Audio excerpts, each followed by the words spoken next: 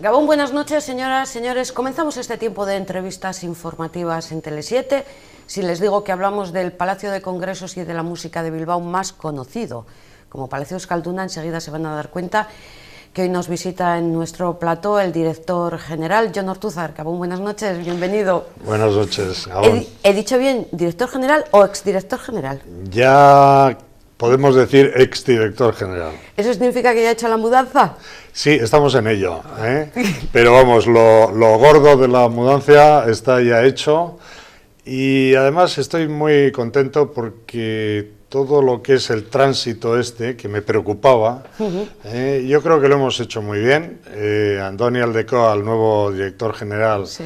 Yo creo que hemos realmente coincidido mucho en los planteamientos. Yo he tratado de transmitirle todo lo que puedo, toda la información, todo lo que sé sobre el Palacio Euskalduna. No sé cuánto tiempo habrán estado reunidos, porque esa información es mucha, ¿no? Sí, es mucha, sí. Pero bueno, y seguimos en contacto, pero yo creo que él ha captado muy bien los aspectos fundamentales y bueno, yo creo que el cambio hay que verlo como algo natural. Yo he estado casi 21 años en el Palacio Euskalduna. Es muchísimo tiempo, he tenido el privilegio, porque lo es, pues de haberlo no dirigido, incluso contribuido a su realización. Yo entré en el año 96, cuando estaba todavía en la primera fase de la construcción, incluso con el arquitecto, que afortunadamente no era Calatrava y que era mucho más flexible, tuvimos oportunidad... Federico Soriano y Dolores Palacio, su mujer. Pues tuvimos oportunidad, yo viajé, vi muchos palacios y entonces tuvimos incluso oportunidad de introducir algunos cambios en la propia construcción del palacio y entonces, pues ya digo, yo empecé, se inauguró en el 19 de febrero de 1999 y entonces pues tuve oportunidad de participar y de vivir mucho la construcción. Sí, porque es que Jon Ortuzar es el único director general que ha tenido el Palacio Euskalduna. Sí, el primero y hasta ahora el único. Sí. Y entonces pues ha sido un proceso de ir haciéndolo, de ir poniéndolo en marcha. Pero ya digo, en este momento yo creo que tiene una línea de gestión pues que se ha demostrado que es eficaz y que Andoni Aldecoa pues yo creo que la tiene muy clara, la capta muy bien, pero lo que sí digo es que es una oportunidad, y estoy seguro que la va a aprovechar, pues de dar otra visión, otro impulso a lo que es los propios aspectos externos no externos, no me refiero a la fachada, pero vamos, quiero decir, de configuración de salas, de algunas cosas de estas, y también de gestión, cómo no. De todas formas, yo me pongo en el lugar de Andoni Aldecoa y digo, con los resultados que ha dejado Jon Ortuzar en el Palacio Euskalduna, que ahora los conoceremos, yo no me vería un poco temeroso de ocupar su lugar. Vamos a ver, yo temeroso no Andoni Aldecoa, yo lo he estado todos los años porque cuando hemos cerrado, pues afortunadamente los buenos ejercicios que hemos hecho, con esas cifras que a veces resultan impresionantes, dices, ya vamos a ser capaces este año de repetirlo. Quiero decir que el reto de la gestión es un reto de cada día, de cada año, ¿eh? Y entonces, pues efectivamente, es una responsabilidad, y Andoni está no preocupado, pero sí muy mentalizado de que tiene un reto complicado, que es el mantener ese nivel y a poder ser incrementarlo. Pero yo creo que teniendo claros los principios fundamentales de la gestión, el posicionamiento, el Palacio en este momento tiene un muy buen posicionamiento, tanto en su vertiente congresual, está muy bien posicionado a nivel estatal, y como uno de los principales palacios del Congreso y en términos... ¿Qué lugar ocupa en el ranking de España y de Europa? En número de eventos y de ocupación es el primero. Lo que pasa es que, claro, hay que tener en cuenta que hay palacios de congresos, como pueda ser el CCIB de Barcelona, por decir un caso, o los palacios de Madrid, donde el IFEMA, por ejemplo, donde con menos nivel de actividad, pero se hacen macro congresos. Por ejemplo, el Mobile, el congreso de los teléfonos móviles. Pues claro, en términos de facturación equivale a muchos congresos que se puedan hacer en Bilbao. Y el impacto que tiene en la ciudad es increíble. Pero dentro de la dimensión nuestra y en términos de número de eventos y de ocupación, nosotros llevamos años liderando el ranking. Y como auditorio público, en el mix de número de espectáculos, número de espectadores y número de representaciones, y número de entradas vendidas, pues también estamos como auditorio público a la cabeza. Es decir, el Palacio está muy bien posicionado y en ese sentido, pues bueno, hay una labor hecha que yo creo que hay que aprovecharla. De hecho, el ejercicio, una cosa que a mí me preocupaba es pues que, por ejemplo, toda la programación de Aste Nagusia, pues obviamente no se puede improvisar. Entonces eso pues ya la hemos estado trabajando y está ya, quedaba cuando yo me iba ya muy avanzada, ¿no? Pero luego hay otras muchas cosas que hay que hacer, cómo no, y cada año es un reto, ¿no? Y luego hay otro aspecto, que es el aspecto de la internacionalización, que también es importante. Nosotros hemos hecho, yo creo que una labor importante en la internacionalización, desde que tuvimos el premio de Mejor Centro de Congresos del Mundo, en 2003, dado por la Asociación de Palacios de Congresos, la Asociación Internacional, que la componen los palacios de 40 y tantos países. Pues eso fue un aldabonazos en cuanto a situarnos en ese mundo internacional, y nosotros, pues, por ejemplo, el año pasado un tercio de los congresos que hemos tenido han sido internacionales. Pero así como el mercado nacional pues está muy saturado, hay una competencia muy dura, el mercado internacional es muy grande, y nosotros, aunque a veces pues pensamos que Bilbao en el mundo, suelo decir yo, parece que no se habla de otra cosa más que de Bilbao, no es verdad. Bilbao a nivel internacional todavía es muy pequeñita. Ha avanzado mucho, las cosas como son, pero tiene un enorme camino por recorrer, y eso es bueno. Y ese es el reto que le dejamos al nuevo director. Pero ese es uno de ellos, avanzar por ahí, pero sin dejar de mantener y tener consolidado el mercado nacional, eso por supuesto, el mercado estatal. En su gestión, ¿qué ha primado la economía? ¿Ha sido un gestor económico más que un gestor cultural? Vamos a ver, el modelo de gestión nuestro, que en mi opinión es una de las claves del éxito, y que nosotros lo diseñamos cuando el Palacio estaba en construcción. Yo, que en aquella época, cuando el diputado general me ofreció la dirección del Palacio... Josu Vergara, entonces diputado general, yo estaba en Basurto, y estábamos haciendo yo era director del Hospital de Basurto, en una época en la que se pusieron de moda los directores gerentes de hospital no médicos. Yo soy economista, yo soy de la comercial, abogado economista, y entonces, pues en aquel momento estábamos haciendo la integración del hospital en Osakidecha, y era un momento apasionante. Y entonces, pues a mí me ofreció el diputado general esta oportunidad, y yo dije que sí, porque me parecía que era algo especial, de esos trenes que pasan una vez en la vida, ¿no? La posibilidad de poner en marcha algo que después del Guggenheim pues era el segundo paso de todo el proceso de renovación de Bilbao, tan ambicioso, de transformación, tan bonito. Y entonces él me dijo, no, yo quiero que te incorpores ya. Y entonces pues incluso habló con Iñaki Azcuna, que era entonces el consejero de Sanidad, para acelerar mi salida. Y yo en aquel momento tenía algunas dudas si era o no el momento, pero luego tengo que reconocer que eso fue un acierto, porque a mí me permitió, primero, visitar otros palacios y tomar ideas que, como he dicho antes, las pude trasladar al arquitecto, pero también diseñar un plan de gestión, que lo hicimos con Arthur Andersen, que yo lo he repetido muchas veces, y que básicamente en los aspectos fundamentales se mantiene ahora. Y en ese plan de gestión, el Palacio de Congresos y de la Música Euskalduna se configuraba como una entidad que era mitad congresual, mitad cultural, pero que no se planteaba hacer una programación de diseño propio.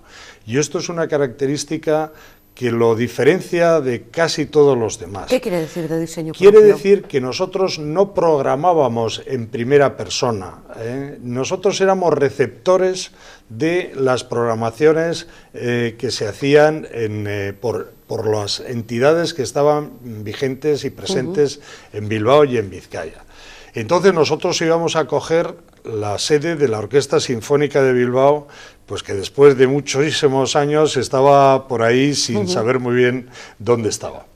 Íbamos a ser la sede de Abao, de la temporada de ópera de Abao, la sede en Bilbao de los conciertos de la Sinfónica de Euskadi. Esto ya creaba una estructura de actividad muy importante. Sí, que de hecho la ópera se la quitó al donde era habitualmente.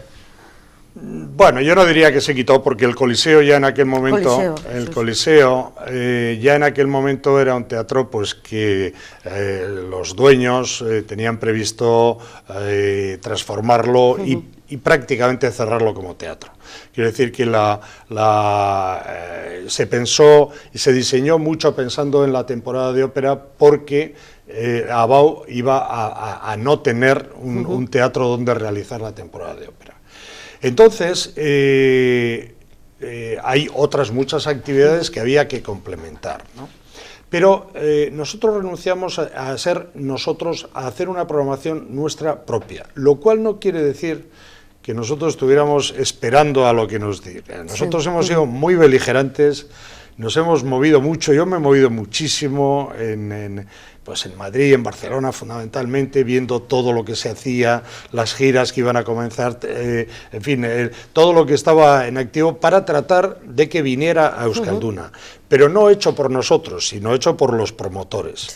Y hacerles ver una cosa que es muy difícil, porque nosotros hemos competido y seguimos compitiendo un poco en desventaja, porque nosotros desde casi el primer momento entendimos que debíamos de ser autónomos financieramente, es decir, no generar déficits y en consecuencia no utilizar subvención, que era un modelo absolutamente desconocido dentro de este sector. Y para un equipamiento público. Exacto. Pero permítame, John, porque es que estaba esperando hablar de subvenciones. Terminaba esto diciendo que entonces nosotros teníamos que ser muy escrupulosos con nuestra cuenta de explotación y realmente tratar de conseguir los recursos necesarios para no ser deficitarios.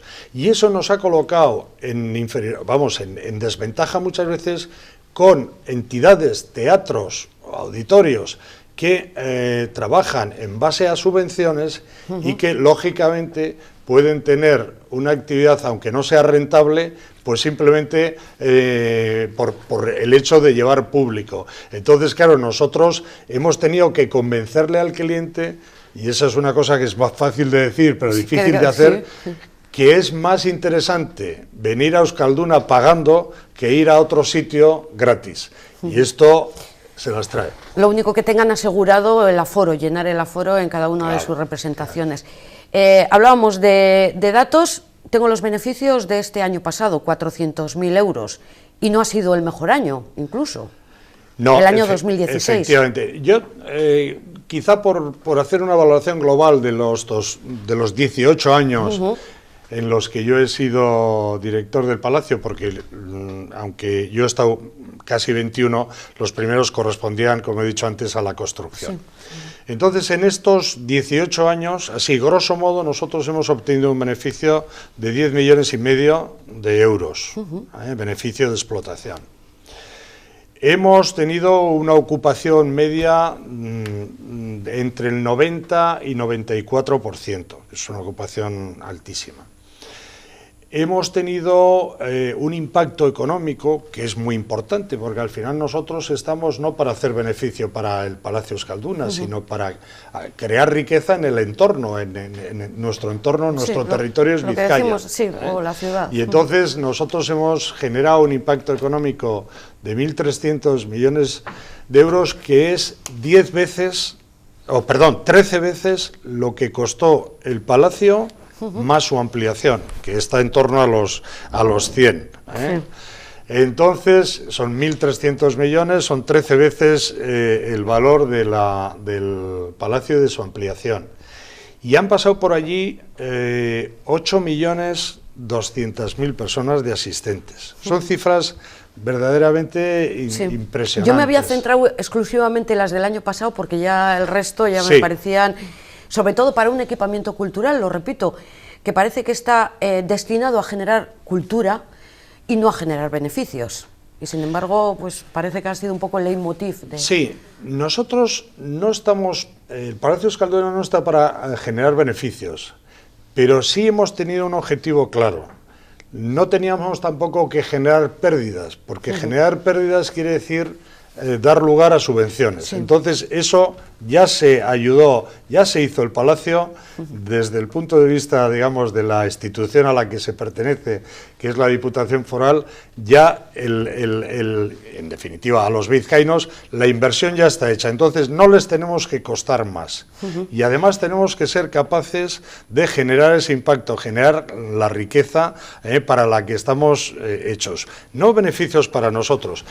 Sí un nivel de beneficios que nos permita ir renovando nuestro equipamiento, porque ya el Palacio tiene 18 años. Autofinanciarse. Y aunque yo creo que lo tenemos muy bien cuidado y eso es lo que nos dice todo el mundo, pero claro, los equipamientos se van haciendo ya, algunos hay que renovarlos. Entonces, ser capaces de no pedir dinero ni siquiera para renovar los equipamientos y crear riqueza. Esa es nuestra finalidad. Y entonces, hablando de lo que es la oferta cultural, yo puedo decir una cosa. Yo reto a cualquier auditorio a comparar la programación cultural que tenga con lo que se hace en todo el año en el Palacio Euskalduna. Estoy seguro que la oferta cultural que se realiza, no por el Palacio Euskalduna, pero a través del Palacio Euskalduna, es sin duda la mayor de un auditorio público en todo el Estado. Seguro que nadie le acepta el reto, ¿eh? Lo lanzo. Tiro de hemeroteca, ¿eh? Año 1999, 2 de febrero, abro comillas.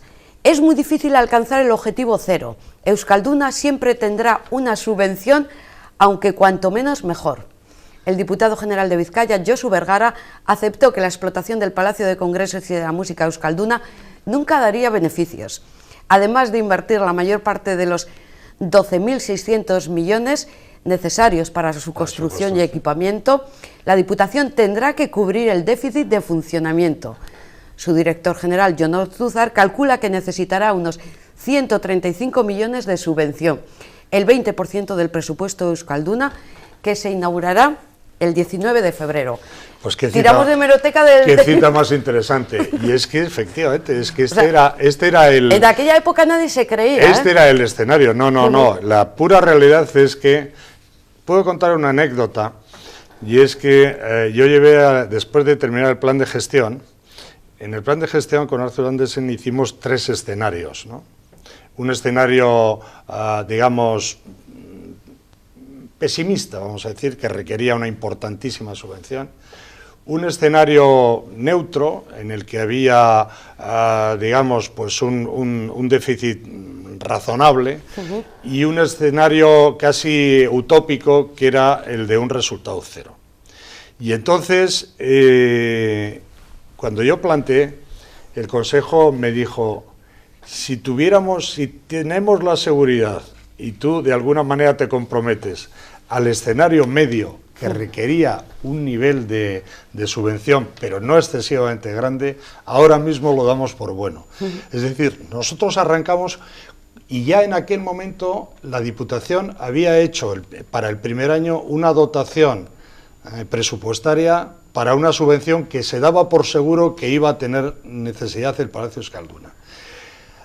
Arrancamos con una fuerza tremenda, y ahí fue muy importante una labor de marketing que hicimos durante el periodo de construcción. Yo, que procedía del Hospital de Basurto, yo creo que me llevé a todos los médicos. Yo suelo contar que entonces los médicos, o ahora todavía me decían y me dicen, Oye, cuando estabas en el hospital nos decías que íbamos a demasiados congresos y te quejabas de que íbamos a los congresos y ahora nos llamas para que los hagamos. Pues es verdad. Y entonces muchos médicos, y digo médicos porque el sector sanitario es clave, pero también fueron empresas, dijeron, hombre, ahora tenemos un sitio donde podemos plantear el hacer un congreso. Y arrancamos muy fuerte. Y el primer año, que de acuerdo con el plan de gestión se suponía que íbamos a arrancar con una curva suave ascendente y luego íbamos a crecer más y luego ya se iba a estabilizar, pues arrancamos de una forma impresionante y tuvimos beneficio el primer año. Con lo cual ya las autoridades ni se lo creían. El segundo año todavía hubo una dotación presupuestaria para la subvención de Euskalduna y el tercer año también.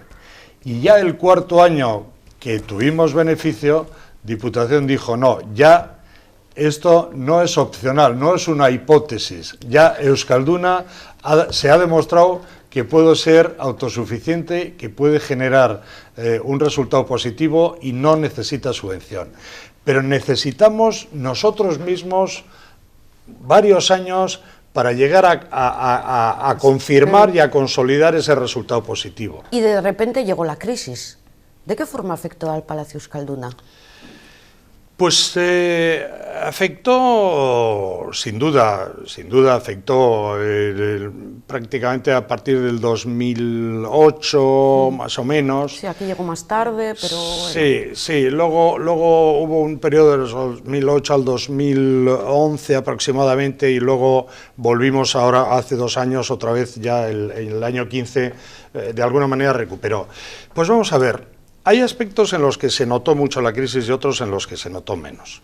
Digamos que el sector sanitario, en términos generales, mantuvo un nivel. Es decir, los congresos sanitarios tienen... hay una cultura de congresos ya muy arraigada y se mantienen. Sí, como cuando en su época de director del hospital, que se iban se gasta menos, se gasta mucho menos, porque, bueno, pues ya han cambiado muchas cosas, incluso hay una comisión de ética que impide a los laboratorios hacer, digamos, invitaciones genéricas, regalos, no sé qué, y entonces eso se controla mucho, incluso el propio catering, pues ahora no es las grandes comidas que se hacían en aquella época, y se ha recortado, pero es un sector que ha mantenido su nivel. La empresa y el sector institucional han sido las que más hemos notado que acusaban la crisis. Entonces, lo que llamamos el negocio corporativo, convenciones de empresa, congresos organizados por empresas, por las propias instituciones, llámese Gobierno Vasco, llámese Diputación, Ayuntamiento, etcétera, también han bajado. Y entonces lo que hemos tratado de hacer es abrir pues otros nichos de mercado, ¿no? En definitiva, por ejemplo, la ampliación, que es un aspecto clave en la vida del Palacio Euskalduna, pues nos ha permitido entrar en otros niveles de actividad que antes no hacíamos, por ejemplo el de las exposiciones. Es decir, hemos tratado de compensar las bajas que había en algunos sectores para que en términos generales, y aunque ha habido variaciones entre los ejercicios, pero se haya mantenido un nivel medio positivo y muy aceptable. Pero ¿la ampliación en qué consistió? ¿En hacerlo más grande, un escenario más grande, más cómodo, más salas diferenciadas? El palacio, en el origen, era un palacio que estaba más pensado para la actividad cultural que para la actividad congreso. Sí. Y una de las primeras cosas que yo vi cuando empecé a visitar palacios es que teníamos un espacio expositivo muy pequeño, muy pequeño. Y de hecho nosotros hicimos algunos grandes congresos, recuerdo por ejemplo el Nacional de Traumatología con carpas. Nosotros tuvimos carpas al lado del palacio para hacer los congresos. Claro, en este momento una carpa, primero es muy cara y segundo es imposible de ofertarla porque hay instalaciones fantásticas y la carpa no traslada esa sensación de calidad. Con lo cual nosotros teníamos una deficiencia que la hemos ido cubriendo. Yo suelo decir que nosotros los clientes nos han hecho aprender a utilizar el palacio y a cubrir algunas deficiencias. Entonces los grandes halls y vestíbulos que tenía para la ópera, pues los hemos transformado en espacios expositivos, pero siempre con limitaciones. Entonces hay un tema, yo esto lo he contado mucho fuera, porque yo creo que una de las cosas que diferencia el estilo de gestión nuestro, y hablo no del Palacio Euskalduna, hablo de país, Más vasco. Hablo de país, he contado antes que el diputado general a mí me dijo que si quería ser el director del Palacio Euskalduna no podía, como yo pretendía, esperar 2 años. Tenía que incorporarme ya porque había que ir diseñando y poniendo en marcha eso. Normalmente mis colegas han entrado al Palacio cuando estaba ya terminado y les han dicho, bueno, aquí tienes esto, que se ha hecho por una decisión política, porque los de la ciudad de enfrente también tienen Palacio de Congresos, y ahora a ver qué hacemos con esto. Nosotros sabíamos perfectamente lo que queríamos hacer, podíamos equivocarnos, pero teníamos un diseño muy completo de lo que queríamos hacer con el Palacio Euskalduna. Y cuando hicimos el 10º aniversario, tuvimos una reunión, la presidenta del Consejo, Josune Aristondo, el diputado general entonces, José Luis Bilbao, y yo, yo les llevaba lo que era el programa del 10º aniversario. Era un programa, un 10º aniversario de los que se hacían entonces, fantástico, con muchísimas cosas, con un remolcador que llevamos, con una celebración que se hizo en la parte exterior, proyectando sobre el chorro del escenario, vamos, de los remolcadores, las actuaciones que había. Fue algo grandioso que ya, no sé si está un poco olvidado, pero tenemos unas películas, nos dieron un premio como el mejor evento que se había hecho, fue impresionante. En este momento creo que sería muy difícil repetir aquello. Creo que tengo en la videoteca las grabaciones de ese año, sí. Pero curiosamente en aquel momento empezamos a hablar y al final la conversación se derivó no de quién iba a actuar en el concierto inaugural o de qué iban a ser los pinchos, sino que la reflexión que se hizo y que la inició el diputado general fue decir, bueno, muy bien, estamos muy contentos, hemos hecho 10 años muy buenos y lo vamos a celebrar y aquí está el plan para celebrarlo. Pero ¿y cómo tiene que ser, cómo debería de ser el Palacio del 20 aniversario? Y en aquel momento empezamos a hablar del Palacio del 20 aniversario. Y entonces a mí se me pidió, por parte del diputado general y del Consejo de Administración, que diseñara cómo entendía yo que tenía que ser el Palacio del 20 aniversario en base a la experiencia de los 10 años anteriores. Sí. Y yo tenía claro que nosotros teníamos un déficit enorme de espacio expositivo, y es de donde arranca el tema de la ampliación. Y entonces la ampliación se hace pues en el año 12, se hace en un plazo récord, además en 10 meses, porque teníamos que no parar la actividad, teníamos un presupuesto que tampoco nos podíamos desviar, y entonces se hace muy rápidamente, pero es la garantía de futuro del Palacio. Es decir, ahora seguro que Andoni va a tratar, y me parece además, y yo le animo a que lo haga, incluso algunas sugerencias le hago, de hacerle otro paso de actualización. Pero el esquema, la infraestructura fundamental se creó, la infraestructura del 20 aniversario se creó cuando estábamos celebrando, o se diseñó cuando estábamos celebrando el 10º. Pero a que Jon Ortúzar deja ya todas las actividades del 20 aniversario ya cerradas. No. Porque es dentro de 2 años. No, rotundamente me quedo sin el titular. No, yo tenía, bueno, pues ideas, ilusiones, pero eso le corresponde sin ninguna duda a la nueva dirección, a Andoni Aldecoa, que está ya con ello, hemos hablado algo y está trabajándolo. Lo que sí a mí me preocupó era dejar el Palacio en eso, saneado, en una línea de beneficio, con una perspectiva de trabajo, porque claro, los congresos no se improvisan. El congreso del 18 ya está, el congreso grande del 18 ya tiene que estar cogido. Entonces, ¿qué congreso grande tendremos en el 18? Pues hay varios grandes.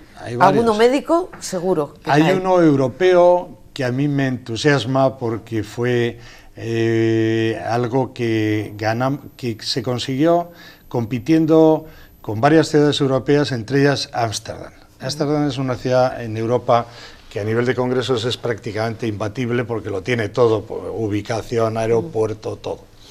Y entonces era un europeo sanitario, y entonces la OPC, la organizadora del congreso, le encargaron que viera las ciudades, y después de hablar con ellos, decían, casi por nosotros no hubiéramos ni venido, porque competir contra Ámsterdam es imposible.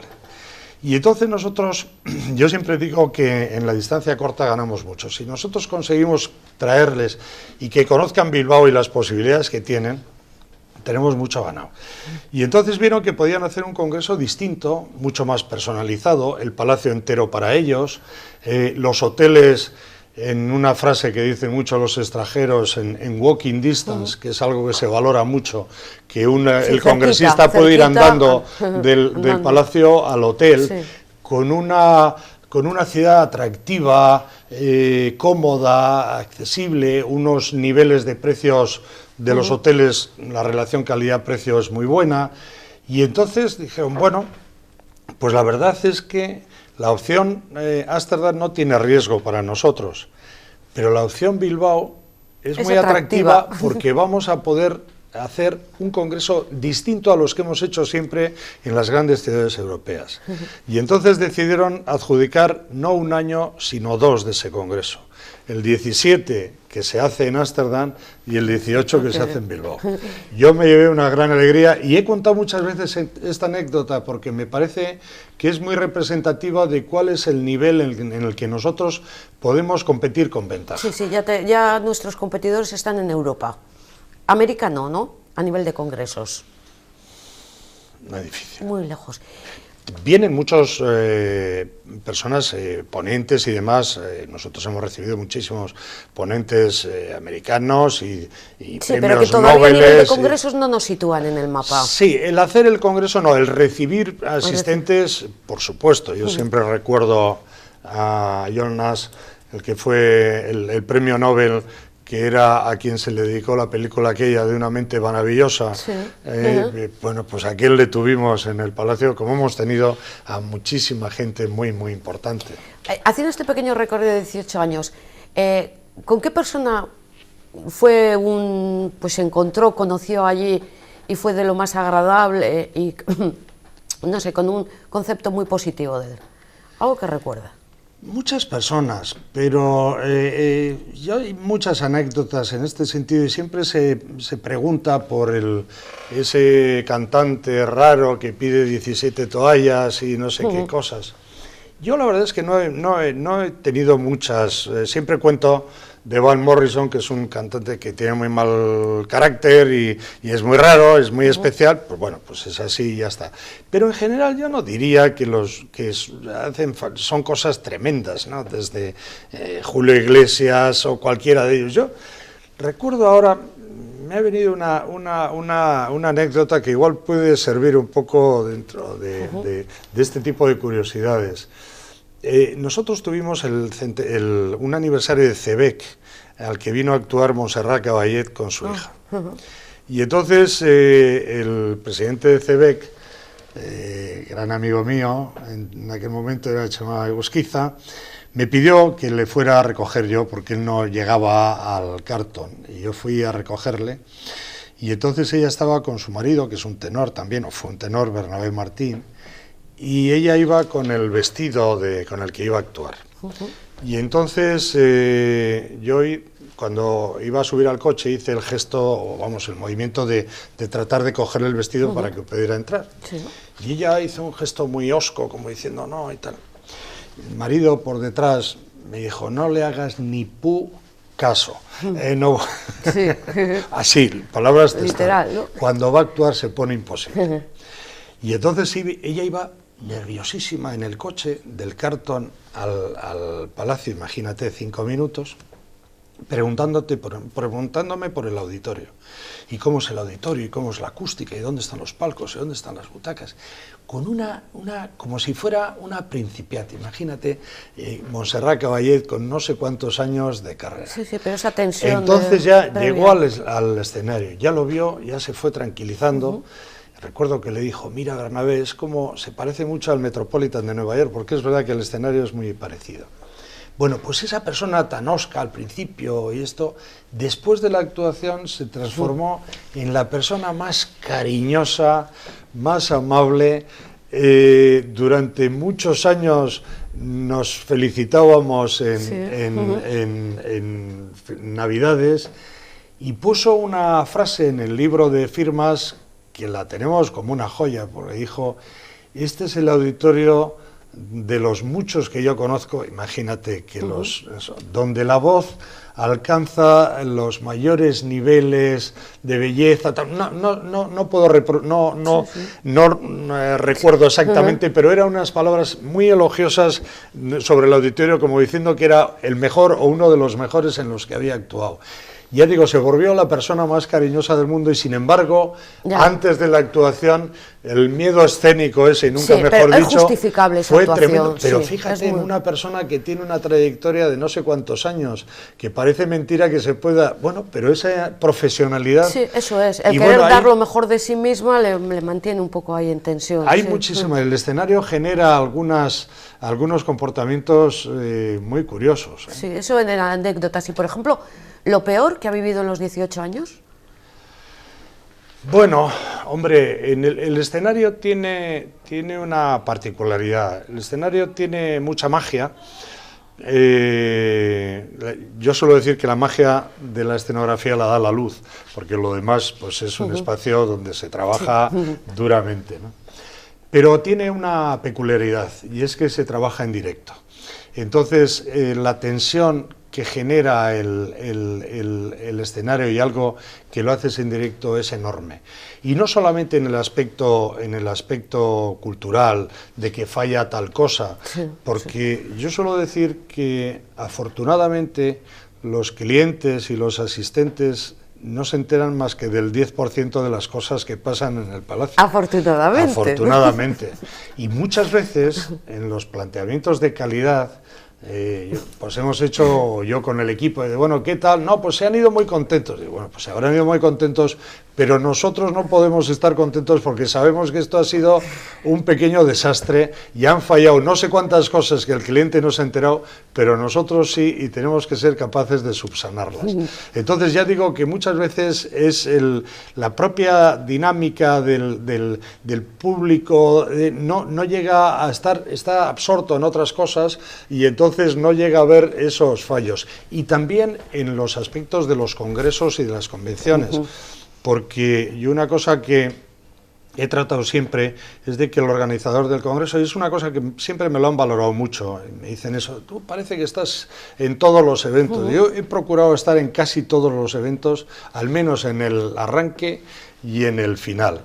Y durante el desarrollo yo me he ido a mi despacho donde tenía un circuito de televisión y la seguía allí. Ha sido una asistencia de controlador, ¿no? No, de apoyo. Es decir, al organizador de un evento que está nerviosísimo porque tiene una gran responsabilidad, porque hay un público muy importante allí con el que se juega pues igual su propio futuro, tiene una necesidad de sentirse arropado. Entonces, yo no es que le iba a poder resolver, seguramente no le iba a poder resolver ningún problema, pero que él me viera a mí, a él le transmitía tranquilidad. Y decía, bueno, si algo tengo un problema, aquí estamos. Puedo ser yo o puede ser alguien del equipo. Y eso es algo que en el Palacio Euskalduna lo hemos llevado a rajatabla y que muchas veces nos lo han comentado en sentido positivo los clientes. Es decir, bueno, y en otros palacios no vemos lo hemos contratado y ya no vemos a nadie hasta que hemos pagado. Nosotros, y es un consejo que también siempre doy. Pagan todos, ¿no? Por adelantado, eso lo llevamos a rajatabla. Pero esa idea de que el cliente, sea de la actividad que sea, tiene que sentirse apoyado. Es decir, el congreso, aunque no sea quien sea el que lo organiza, o el evento, o la ópera, o el recital, es de quien lo organiza. pero es nuestro. Y entonces nosotros lo tenemos que vivir como propio, y vivirlo con él, apoyándole. ¿Y hay vida después del Palacio Euskalduna? Y lo digo porque ya se jubila. Hombre, yo espero tener mucha vida. No, porque ¿escribir un libro? No creo. Yo no tengo creo. el título, si ¿Sí? me permite. El director que no quería jubilarse porque tenía mucho que hacer. Lo digo porque como ahora se llevan los títulos largos... No, yo sí he querido jubilarme. Yo, de verdad, y una de las cosas que en este momento estoy convencido... Bueno, el título no es malo, y la idea la tomo nota de ella. Pero una de las cosas que estoy contento es del momento en que yo el año pasado, en el mes de octubre, ya casi 21 años, superada ampliamente la edad de jubilación. Podemos decirla, ¿no? Decir públicamente su edad. No, yo no la digo, pero vale. si quieres que la diga, pero si no, yo prefiero que no pues decirla. No, ya se ha hecho pública, pero, sí. pero superada la edad de jubilación ampliamente, yo digo, creo que es el momento de marchar. Lo tenía claro. Y entonces me preocupaba mucho la forma de hacer la transición. Y entonces lo que sí teníamos claro es que, me refiero a la Diputación, es que esa salida no debía ser una salida dejando en el aire el Palacio, sino que debía ser cuando hubiera un sucesor. Entonces ese sucesor se designa. Yo lo apoyo absolutamente porque me parece que es un magnífico candidato que lo va a hacer muy bien, y entonces pues nos esforzamos en que esa transición se produzca de la mejor manera posible. Y yo en este momento estoy contentísimo, primero del momento elegido para la jubilación, porque creo que era el momento, y además con el Palacio en muy buena situación, que también es otra forma interesante de marchar. A mí me preocupaba un gran reto mucho. Ha dejado. Con un relevo de garantía, con una muy buena transición, yo estoy muy contento. Lo cual no quiere decir pues que dentro de 2 meses yo tenga una añoranza tremenda del Palacio, que seguro que la voy a tener. Pero el Palacio tiene una ventaja como empresa. Y es que si uno trabaja en una empresa de tornillos, pues una vez que se marcha ya, pues no tiene nada que hacer allí. Yo tengo la ventaja de que puedo ir a esa que ha sido mi empresa, porque yo la he vivido intensísimamente como mi casa, pero puedo ir siempre que quiera, pues a una ópera, a un concierto, y voy, y pienso seguir yendo. Con lo cual, voy a compensar esa añoranza con el hecho de decir, bueno, no vengo a trabajar, pero vengo a disfrutar. Vengo a disfrutar. Pero como empresa pública que es, depende de los políticos. ¿Con todo se ha llevado bien? Bueno, es titularidad de la Diputación. Sí. El presidente suele ser el diputado de Cultura, ¿no? Yo tengo un perfil muy de gestor. Yo he sido un hombre primero por formación y luego por trayectoria. Yo he estado en la empresa privada y luego en la empresa pública, y entonces no tengo una mentalidad de político ni de funcionario.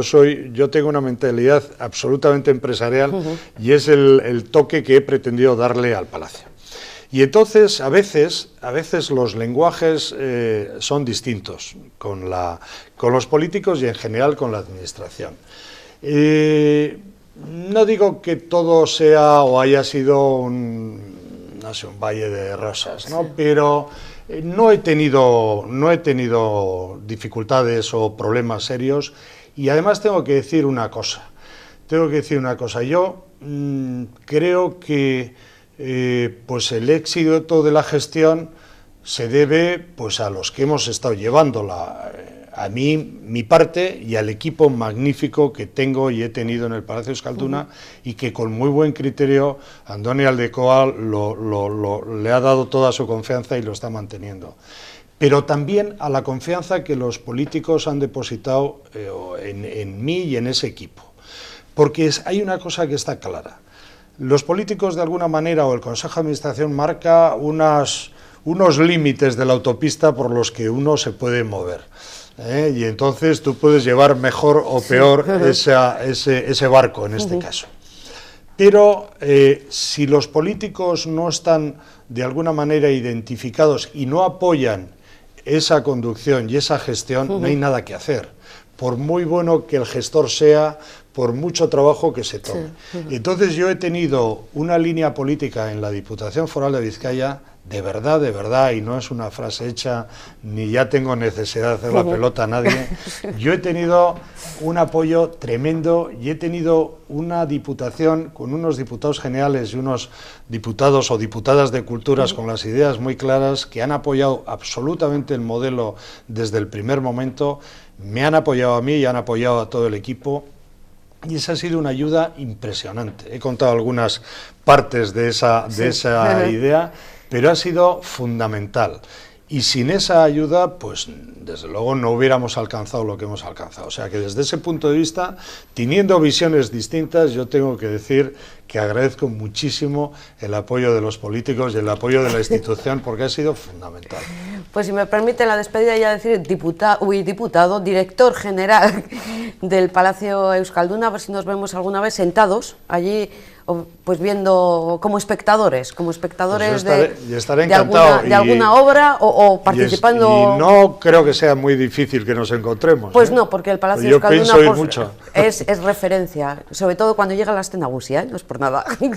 Mira, el Aste Nagusia es una curiosidad en el diseño inicial. Arthur Andersen, por ejemplo, opinaba que era una época en la que había que cerrar para hacer las revisiones de funcionamiento. Sí, es mucha opinión de agosto. Me opuse a esa idea y afortunadamente la Aste Nagusia ha ido cogiendo. Primero, hemos llenado un hueco tremendo que se produjo por el cierre de los teatros y entonces teníamos que ofertar esas salas. 4 salas funcionan en Aste Nagusia. Y además porque proporciona resultados económicos, pero proporciona número de espectadores, proporciona el número de representaciones y además hace que muchos vizcaínos, pues que no van a los congresos y no van a la ópera, pero sí van al programa muy amplio de la Semana Grande de Aste Nagusia y sienten el palacio y dicen, pues hombre, esto también es mío. Es una de las citas además obligadas. Claro, y impulsar ese sentido de pertenencia de los vizcaínos, de decir, el Palacio Euskalduna también es mío, todo esto que hay aquí es mío, yo creo que es fundamental. Pues me quedo con esa frase. Ahora se la tomo yo, el Palacio Euskalduna también es mío. Sin duda alguna. Ha sido un placer tenerle con nosotros, mucha suerte y a escribir ese libro, ¿eh? Es que ricasco, muchísimas gracias. Es que ricasco. Les damos las gracias también a todos ustedes. Hoy ha sido el tiempo de entrevista, mañana de debate, temas de actualidad. Les esperamos. Buenas noches.